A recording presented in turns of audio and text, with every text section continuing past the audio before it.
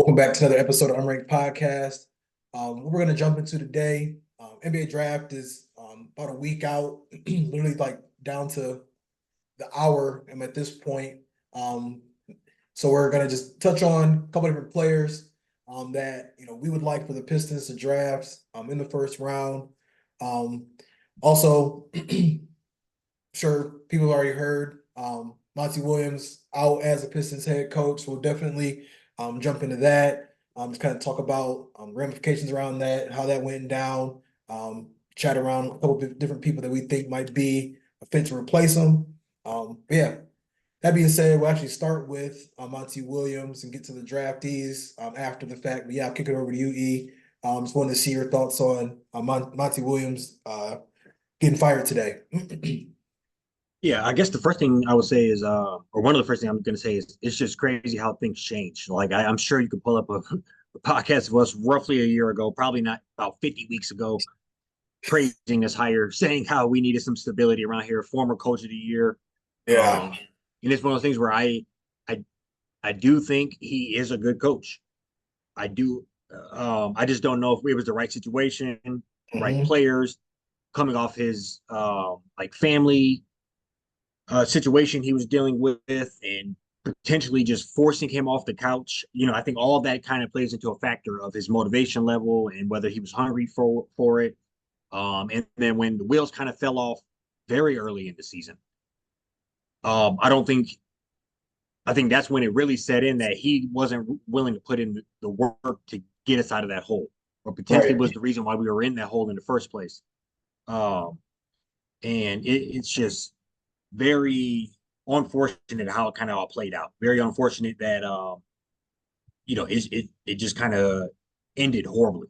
Now, for him on his end, $65 million from us, another 30 million from the Suns. He's making $95 million to stay at home, and he probably will get another coaching job before both of those contracts expire. So he's going to be doing well for a while. So I overall, it is what it is. It's a business league as well, and I do think it was, Mhm. if we're going to really turn this around, you had to clean house, and that's one thing Trajan Langdon seems to be doing is cleaning house, bringing in his guys. If nothing else, he's putting his thumbprint on this. We'll see. Hopefully he's making some of the. I think these are some of the right moves, but hopefully he'll put the right people in place that he's. Uh, when he's forcing some people out, hopefully he's getting good guys in that Yeah. can make a difference. But I think overall, just kind of was an unfortunate situation. And I wish it would have worked out. I would love to have him as our coach as we kind of turn this around and got things fired up, make the playoffs again, bounce back, try to work our way up the playoff ladder. I would have loved for that to happen under him, but some things just don't work out. So I think, but you had to clean house. So No, it, for a sure. necessary evil. Yeah.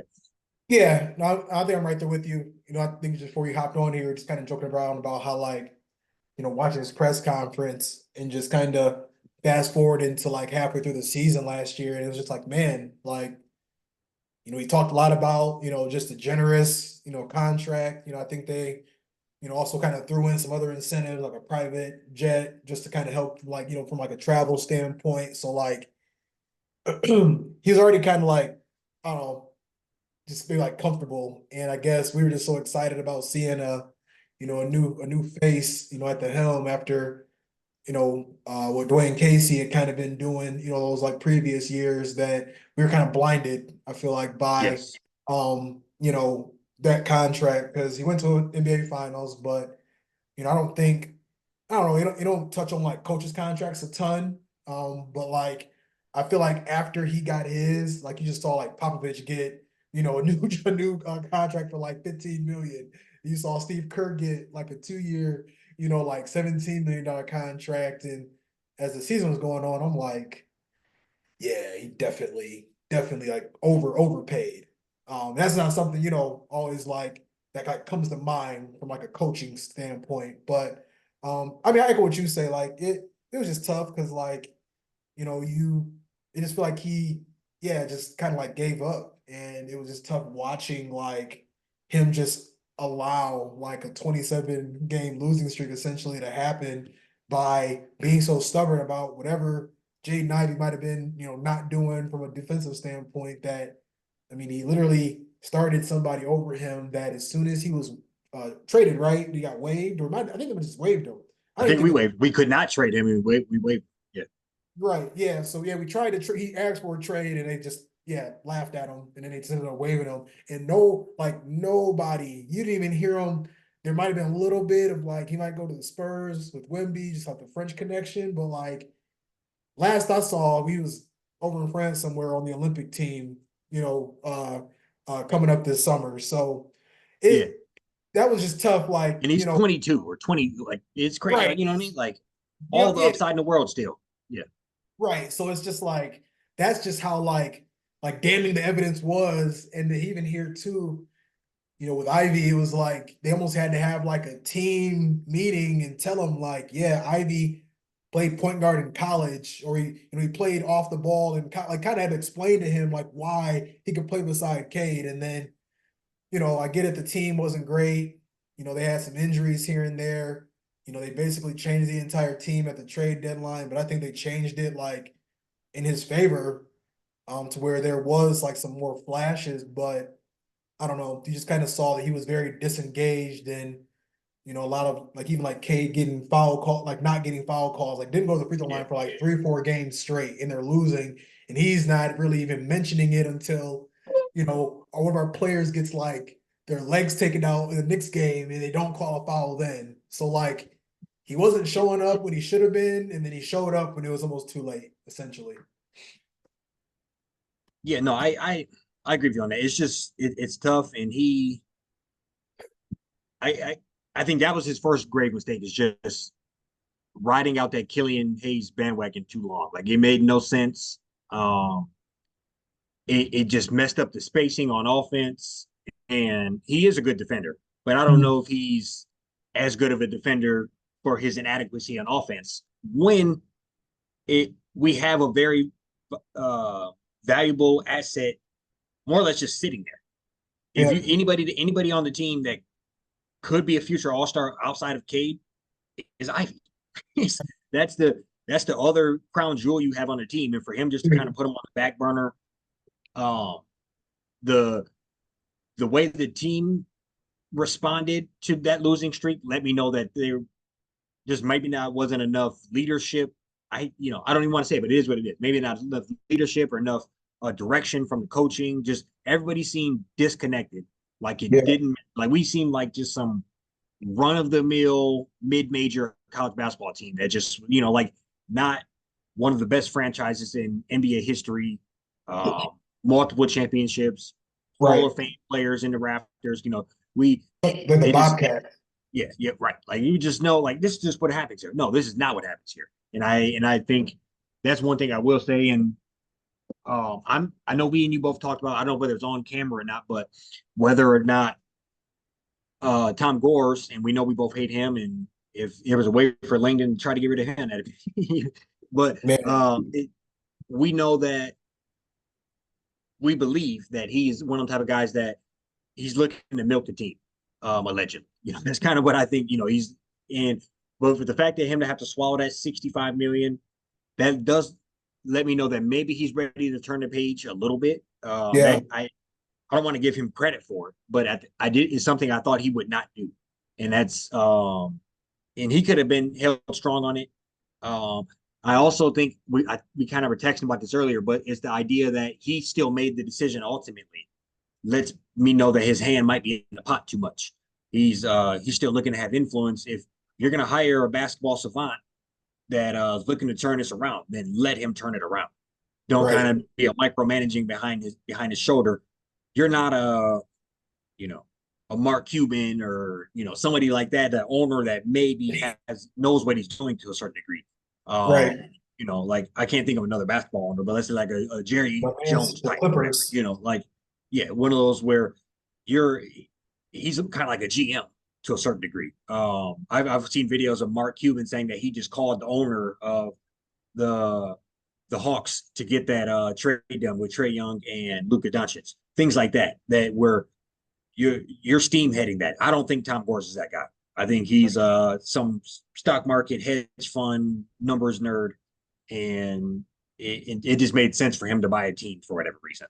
And I'm hoping that he can step out of the way and let the basketball minds do the basketball, and he can collect the paychecks off the success of winning games. Because me and you both know that if they start turning around and winning games, we'd be in that stadium. We'd be buying jerseys. I'd be dragging my 1-year-old down there to go to games. It's one of those things where it's, but and I'm kind of ranting at this point, but I think it's one of those things where it was desperately needed, and I'm hoping this could turn the page. I'm just eager to have a good, solid team around here, somebody we can root for and be proud of. It's hard being the laughing stock of the league. Yeah, no, I'm with you there. I'm just looking. This is correct for what it's worth. We've had he bought the team in 2011. We've had 1, 2, 3, 4, 5, 6, and we'll be hiring the 7th. This next coach will be the 7th. Since so we're getting a new coach basically every other year. Yeah.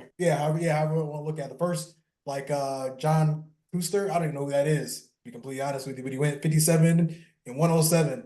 Then we got Lawrence Frank, and he went 54 and 94. Mo Cheeks, 21 and 29. And then a guy named John Lawyer ended up finishing up that season, went 8 and 24.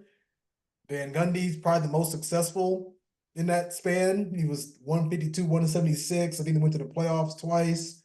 Or no, he went to the playoffs once, got swept by the Cavs. Dwayne Casey, 5 years, 121 and 263, one playoff appearance. And then, Monty Williams, 14 and 68 with a .171 percentage. Winning percentage.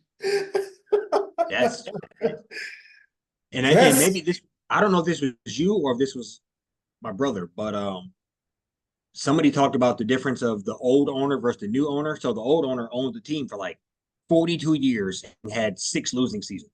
And he's held the team for 14 years and has had 8 or 9 losing seasons or something. So it's kind of like he's already surpassed what he would have to own a team for another 40 years and practically never have another losing season again. He set the standard in the opposite direction. Like he set the standard, like the standard was like, we don't lose around here. Now he's setting the standard as like we've already passed the amount of losing seasons the last owner had, and you've only had this team for 12 years. So yeah, it's wild. I guess just kind of we can talk about this a little bit. Like, who do you think? I mean, is there any names? Like, I wish we would have got rid of them like halfway through the season, so we could have had a little bit more to pick. There are like 2, 3 guys out there that I'd be cool with, but yeah, I just want to see your thoughts on who you think should go. So I know we were texting about one, and I also agree with it, but I know we're going to mutually agree on, but Sam Cassell. Yeah, I know Sam Cassell's been working his way, obviously a good to great player during his playing days. Worked his way up the bench or from the player to a bench, worked his way up the seats on various coaching staffs. A guy that I think, if nothing else, that defensive minded can and has been around the league. It's not some guy that we're trying to pluck from the college or some guy that no offense, but like a JJ Redick type or whatever. It's just a complete experiment. So I know we probably mutually agree with that. That's one guy top of the list. The other guy I heard would be potentially a little bit more of an experiment, but he obviously has head coaching experience. Very familiar with our team. I've been hearing Chauncey Billups float around a little bit, and man, I would be cool with that. Chauncey Billups been watching him since I've been watching basketball practically. So Chauncey what? But no, oh man. That's how you got to get announced as a coach when you walk in. Like, right. Head coach. Bring the fire back from the rafters and shit. Yeah. But no. Yeah. So those are the 2 guys that right off rip, I would not be mad at.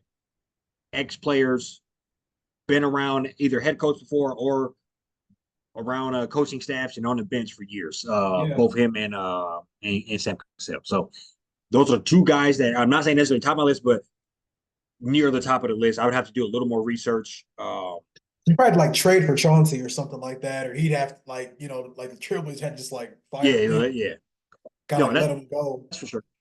Yeah. Yeah, I didn't think of the full ramifications of that, but I've seen a bunch of people, checks online, NBA, whatever, mention him randomly today. So at least it's some rumblings of it. So For sure. Yeah. I mean, it might be something like, it's hard telling nowadays. It's feel like on Twitter, it's just a big mass of like, there's a whole bunch of just different sources and opinions, and we'll see which ones is really true, once the dust settles. But that would be a slam dunk. I mean, I was thinking, um, San Francisco, obviously. I mean, for a lot of things you said, but like, they brought him to Boston is essentially like, all right, like you're going to be like the lead assistant, and then if this guy shits the bed again, then San Francisco, like he might have been able to slide into there as a head coach. He's been, in waiting for a little bit. And the other guy I was thinking was his name is James Borrego. mhm. Um, like I guess like neck and neck with somebody, this guy named Kenny Atkinson for that Cleveland job. And some of my just kind of reading stuff on Twitter, and one of my buddies just like mentioned how Borrego coached the Hornets the last time that like when like LaMelo's second year, and when they had like made it to like a playing game, Yeah, and that was like one of the best years that LaMelo has had, and it really hasn't. They just said it really hasn't been the same since. That coach is not there anymore, so I kind of look at Cade and LaMelo and kind of that's 6'6" point guards that can do everything at a high level. I feel like if he can, I feel like that might be a good fit just based off of like Cade obviously being better than LaMelo. That might be able to help him get to that second gear, like that right. all NBA type, or like all-star type player. So yeah, I think those No, two would be I've been hearing him, and that would be the Pelicans player. plucking another person from New Orleans, kind of that Yeah, whole because familiarity. they've Yeah, been churning. Like New Orleans has been, Zion's kind of been the reason they've been kind of all over the place. Like I think they honestly would have beat OKC if he wasn't hurt this year, but they got like a nice like operation going on over there. So I'm like, man, the more the merrier. I mean, even that shooting coach, we didn't really talk about him, but like he's had a lot of them guys was shooting like in the 20s, when they started in the league, and made like 15, 16% jumps from three, and just like field goal percentage overall. So yeah. I I I wouldn't think be opposed. The more the merrier from them.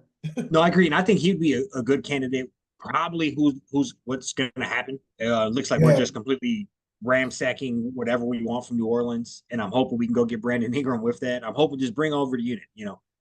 Whatever New Orleans has had for the last 5 years, I would take that record for the next handful of years. So it's one of Yeah. those With the playoffs. hovering around 40 to 47 wins and something I could be mad about. I'd rather be mad about getting bounced in the second round than I would be of not, only having 2 wins heading into New Year's. Right. Because So, at least then, um, according to how the mock drafts or the lottery goes, the more wins, the higher the odds are of getting the very true. Yeah, that's true. They're looking for, they want some team with momentum. right. um, Yeah. no, and just another guy, I kind of, I'm just throwing it out here. Uh, Ex-player, assistant coach for 15 years, got his first head coaching job this year and got fired. Adrian Griffin. Yeah. Um, I don't know what he could have did. Like yeah, I every agree. for that. Like I So don't know that's a what. guy, Yeah. obviously, ex-player, played, about 500 NBA games. Yeah. Was a head or assistant coach everywhere from Milwaukee to Chicago, OKC, Toronto, and then he became a head coach. He's 50 years old. I mean, I think somebody like that, they've obviously been through the fire, been through the ringer, got let go for no apparent reason. I think maybe somebody like him could come and just try to get a good young team and make it his own versus getting an old team with championship aspirations. And you That's getting like fired. This is crazy. He literally had a 70% win percentage. I was so Um, confused. yeah, Yeah. Yeah. That was So somebody like that, I think, would be, he will be a head coach and bounce back around again. So those are the type of people I'll be looking at. No experiment, somebody who is a pretty proven commodity that's available now. see, that's Giannis called the shots over there. He got, this is way off track, off topic, but he got Holiday traded. He got a ring this year. Coach fired. Backfire. At the end of the day, he got stuck with Doc Rivers. They was sitting at home after the first round. I don't think they'd be a championship banner this year, but obviously him going down, fuck them. Definitely, yeah. Like nail in the coffin for sure. Yeah. But yeah, it's kind of crazy. But no, I think we're in once again, the Pistons are in an interesting spot. And I want them to turn this shit around, man. Like it's for sure. And I think what it looks like we're ready to do that. We're making big moves, firing people, damn near being disrespectful about it. Hey, you can go be a scout for us. You can, remotely. Work from home. You just watch some games. That's telling though. That tells you how bad of a job he did, and we've been getting hurt this whole time. Because like we thought he drafted some above average players. Cade was a no brainer, obviously, but like they saw that and were like, yeah, I mean, we don't even want you in the office. Like you can just do your thing from wherever you're at. So like that in itself, I was just like, wow, you know what I'm saying? Like that's all you like. That's very like telling of how they felt about him as a contributor going forward. You got him out of there. You got the coach out. The guy's coming in with the guillotine. He's chopping heads, and hopefully this makes a difference on as far as these wins go. Because I'm telling you, we have a roster that can be competitive in this league. I do think there's got to. Well, I say that, and we do need to overhaul the roster. Well, we have pieces. We have pieces and money. Money, exactly. What more do you need in the league? And so I know. Free agents, there are some rumblings of us going after people, us trading for like a Brandon Ingram. I think maybe he'd be a free agent, but Nick Claxton free agent, Brandon Ingram type. You hearing those rumors? I've heard was it Kuzma or somebody else kind of random? It was somebody like just like players Gary Harris, just kind of like yeah. random rotational players. Yep. And with that, and that fifth pick coming up here, I think we can put together some packages and whatnot. But let's say let's say it all didn't work out. We keep the pick. We roll into the draft a week from today. Kind of who's at the top of your board, who are you eyeing? And let's go out to say this is obviously one of the more abysmal drafts in quite a while. Yeah. Yeah, and I think I got two guys that will kind of come to mind for me personally. First guy, Donovan Clingan, talked about him a couple different times on here already. 7'2", 280. Watched quite a bit of UConn basketball last couple of years, and I mean it was a night and day difference for him just on the court opposed to off the court. And I think like I like Duran, but like he's also kind of like a dinosaur. Like he's just kind of like a younger version of Andre Drummond, to where he's a stat sheet stuffer, but he's not really a rim protector, not that great on defense. But he can get you 14 and 12 with his, in his sleep. But I think a guy like Clingan, he lob threat, Duran is too, but like he's lob threat. He's got, I'd say a little bit more diversity to his game. He can shoot the three ball a little bit. And he's like rim protection. I think that's something we just need, to where, got a lot of guys getting to the basket with little to no resistance. So that's just something we've been missing for quite a while. I think, it's giving somebody like Cade, somebody like that's as athletic as this player is, pick and roll, lob threat, he can catch it at the top of the, free throw line and maybe make a couple plays from that standpoint. Like I look at him, it's kind of like a Derek Lively. I think that's kind of what Clingan could be. Like Derek Lively for the Mavs. Maybe like not as athletic, but he can definitely move. I like that. I like that comparison. Yeah, that'd be good. And then, go ahead. I like that. No, you're good. You're good.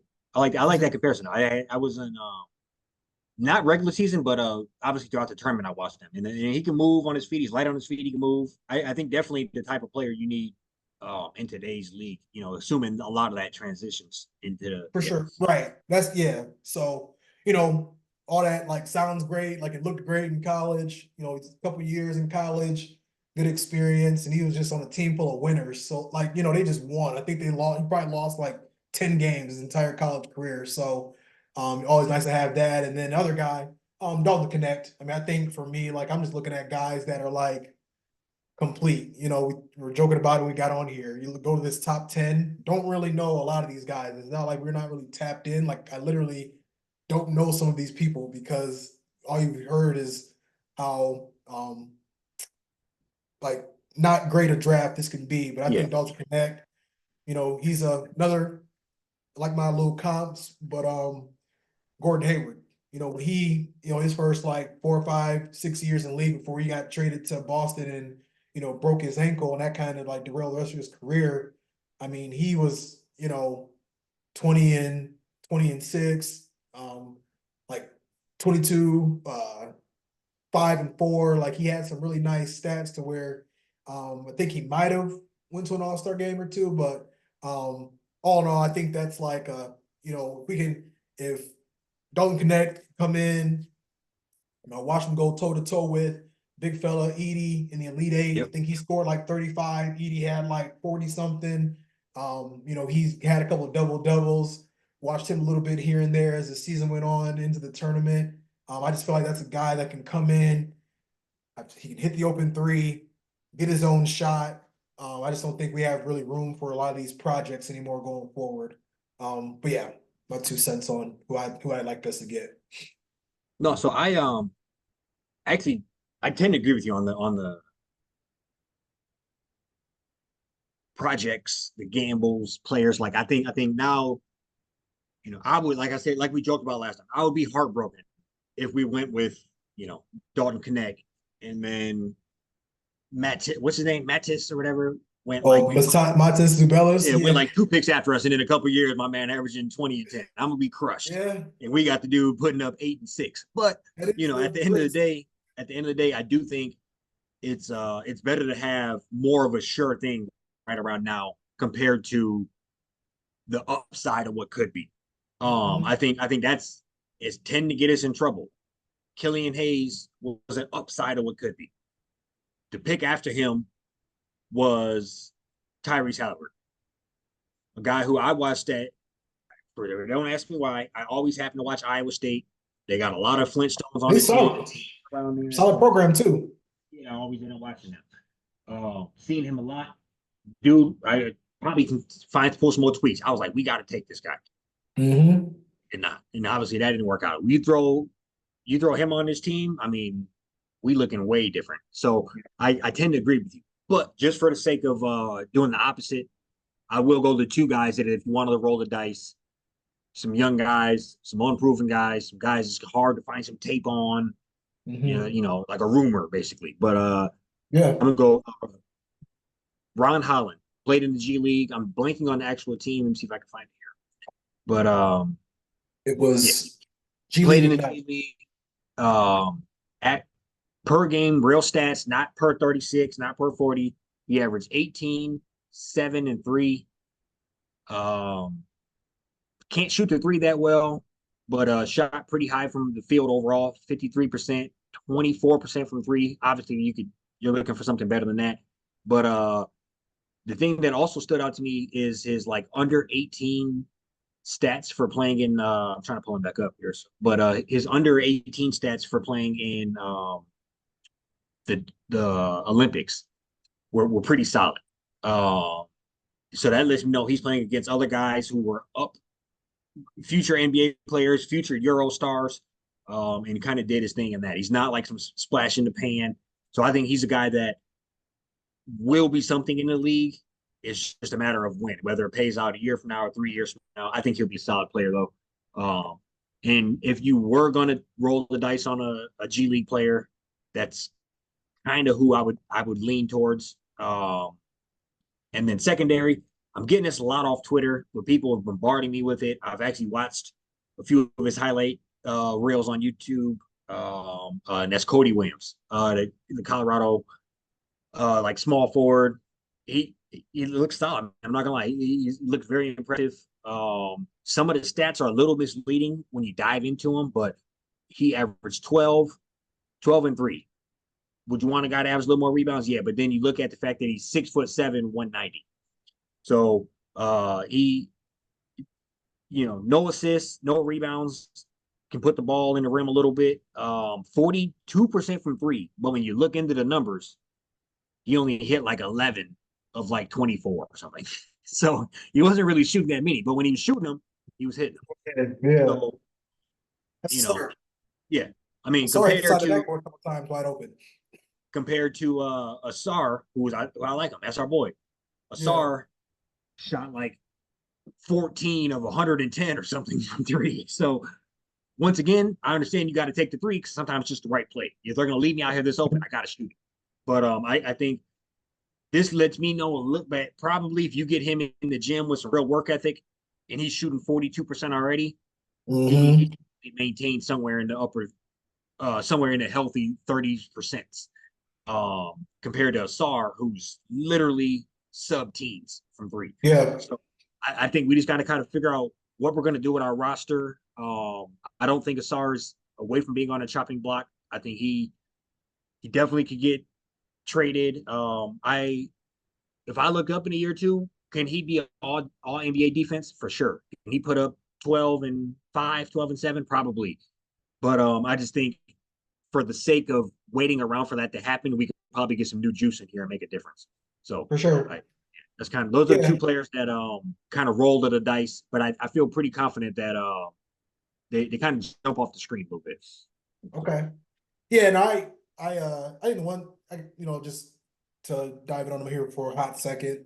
And there's one thing I like with Cody Williams, if anything, is like he got a brother playing at a high level in the league right now. So it's like he's already feel like he's gonna have an advantage to an extent from like just knowing somebody that's been through the process, been deep into the playoffs, got a couple years under his belt. So I think that's got that going for him. And yeah, I mean, I think honestly, I wouldn't be opposed to it. It's gonna be one of the things where it's a project. You hope that the project just comes through from like a work ethic standpoint and like hits that ceiling. And yeah, Holland. I mean, I've seen the scouting report looks good on him. Athleticism. The Ringer said he got that dog in him, just like every other player does this day and age. But they didn't really have much. They're kind of like they have similar type profiles. I think Holland seems to be a little more polished on offense. So I'm kind of like looking at them. I mean, they similar in height and weight, exactly. wingspan. So yeah, both like you said, projects that we'll be opposed to taking a flyer on either of those guys. And I agree with you real quick. I think Cody Williams is probably better on offense, and Ron Holland is better on or vice versa. Vice Cody versa, yeah, is better on defense, and Ron Holland's better on offense. So I think you probably would lean towards the better offensive guy because we have some guys that can't side of a backboard but can defend. Yeah. And then just what's your boy's name? You just said the UConn boy. Damn, I'm blanking on Clingan. Clingan. Yep. I think somebody like him. I agree with you on we could use him, but I think then do we really think we're about to get Nick Claxton? If we're getting Nick Claxton, we can probably hold off on him. Right. Yeah. So I think how confident are we in some of these free agent moves? How confident are we in being able to get Brandon Ingram? If we know we got Brandon Ingram coming, we got Nick Claxton coming, we can treat this draft a little differently. Versus if we don't wait, maybe he'll answer every call when free agent starts, maybe he won't. Then we got to treat this a little differently as far as we need some proven talent. But if we know we got an all-star coming in and a guy walking double-double, I think we can operate it slightly different. Yeah, no, I'm with you. I think the thing that kind of sucks is like the free agency don't start until like July 6th and the draft is next week. But a lot of this, there might be a lot of these trades like Brandon Ingram that might just drop at 2 a.m. tonight. You know what I'm saying? Like some of I think he's restricted, so we might have to trade for him. But like Claxton, that's kind of up in the air unless he's kind of in the same boat. But yeah, I think I mean hearing about some of these guys, everybody's kind of saying it might be not be as strong as a draft. I would like these 4 players. I think I'd be happy with any of them. Did you want to throw out a guy in the second round here, real quick? I'm gonna be honest, I'm not as versed on the second round here. Let me see Okay. though. I have a list of folks. I'll grab somebody while you because I got one guy I know off the top of the head. His name is Harrison Ingram. Played for your Tar Heels this past year. Yep. I watched him play probably like 5-6 times this year. He can shoot the ball. And I think that's something we need to target in that second round. A shooter, somebody that can, shoot the three. He shot it 71% from three against MSU and Attorney. 50% from three in a game against Wagner, 33% from against Alabama, 12, 8, and 2, 6'5", 240. So he's like a, kind of opposite of Cody Williams around Holland. He's got a little bit more like size to him and can still, do what they can, probably a little bit higher level just from like a scoring standpoint. Yeah. No, I agree with that. I watched a little bit of Carolina this year. And it's funny you say that because where's the Bangkot on? You feel like he might be later second round somewhere. Yeah, but, I didn't see Bangkot on a couple. Yeah, but I forgot about him. I don't know. I don't know if he'd be available, but let's say what's the big boy from NC State? DJ Burns? Yeah. DJ Burns. I ain't mad at it. Let's let it fly. Like instant offense off the bench. I mean, I can see him being, coming in. Like, I think he's a little bit better offensively than like Isaiah Stewart. We get off of him, maybe get Burns. Yeah, 10 and Burns 6 off the bench. I real confident. I mean, I think we got the 54th pick, so if he's available, I think if nothing else, he can beat the shit out of some people. Right. He can be what's my man's name that went viral summers ago? Lincoln. What's the dude? He went viral for bodying up Chet in the summer league. Lofton. Lofton. Kenneth Lofton. Yeah. That could be our Kenneth Lofton. But no, sure. And if not him, we got to throw a wrench in the whole thing and get Bronny. But come on, Bron. Come on, Bron, Brandon Ingram, Nick Claxton. We back. We back. No, you got anything else for the people?